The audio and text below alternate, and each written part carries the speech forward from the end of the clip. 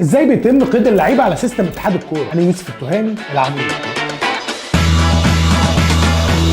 في جلبه كده حاصله على موضوع القيد ده بقالها كام يوم، ودايما في اخر موسم الانتقالات الجلبه دي بتبقى شاده حيلها، اصل السيستم واقع، اصلنا دفعنا بس ما سمعتش، ومشاكل هزليه كتير بتحصل. طب هي ايه القصه؟ الشخص المفوض من اي نادي بيحط الاستماره الممضيه من اللعيبه على سيستم اتحاد الكوره عشان يستعلم عنه، وبعد ما يستعلم عنه بيستنى السيستم يرد عليه.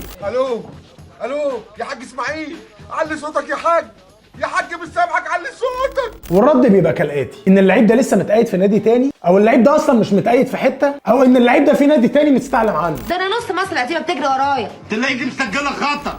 وبعد مرحله الاستعلام بتدخل على مرحله التسجيل. المفوض بيدخل الورق المطلوب وبيرفعه على السيستم مع صوره البطاقه وجواز السفر والاستماره اللي هو لسه مستعلم عنها. طب الكلام ده بيقدمه لمين ومين اللي بيراجع عليه؟ المنطقه التابع ليها النادي اللي هو جاي منه، ولو الورق سليم والبيانات سليمه المفوض بيبتدي في طلب اجراءات القيد، بس المنطقه اللي النادي تابع ليها ملهاش حق ان هي توافق على القيد. وهنا بيجي دور اتحاد الكوره، لان الاتحاد هو الجهه الوحيده اللي ليها حق انها توافق على عمليه القيد، فتدخل اللعيبه على السيستم. بس عشان عمليه القيد تتم بنجاح في شرط واحد مهم جدا لازم يحصل. ايه هو بقى الشرط ده؟ حلو السؤال. لازم الشخص المفوض من اي نادي ده يروح على خزنه اتحاد الكوره ويدفع اي مستحقات مقرره عليه واي غرامات قديمه على النادي، والاهم بقى من كل ده انه ياخد ايصال بالكلام ده، لان طول ما الايصال مش مع المفوض اللي بعته النادي مستحيل يقدر يأيد اللعيب بتاعه في اتحاد الكوره، مستحيل، توتو على كبوته. طب لو المفوض ما لحقش ياخد الايصال بتاعه قبل الساعه 12 في اخر يوم للانتقالات، ايه اللي هيحصل؟ يبقى كده كأن ولا حاجه حصل. طب لو حصل اي عطل في الانترنت بتاع الاتحاد قبل الساعه 12 والراجل ما كانش لسه دفع الفلوس، هينفع برضه يتأيد؟ برضه لا. طب هل حصل قبل كده ان في لعيبه اتأيدت بعد الساعه 12؟ حصل، بس بشرط ان النوادي اللي عايزه تأيد اللعيب ده تكون خدت الايصال قبل الساعه 12 وتاخد دورها بعد كده في عمليه التنفيذ. فلو حصل بقى اي حاجه بعد اليوم ده، حتى لو هيخلصوا الفجر، المهم ان يبقى في كلام مثبت ان الكلام ده حصل قبل الساعه 12 من اخر يوم في الانتقالات. طب ولو اليوم خلص وفضيناها سيره والموظفين روحوا بيوتهم، هل ينفع اللعيب ده يتأيد بعد كده؟ هنا بقى لا، اعرف ان فيها ان، والفيفا هنا لازم يتدخل في اسرع وقت ويرمي عقوبات على كل حد خالف اللوائح. فاي نادي بقى معهوش الايصال ده يبقى لا هو دفع الرسوم اللي عليه ولا دفع الغرامات القديمه، وده معناه انه ما يقدرش يأيد اللعيب بتاعه في اتحاد الكوره. خلصنا.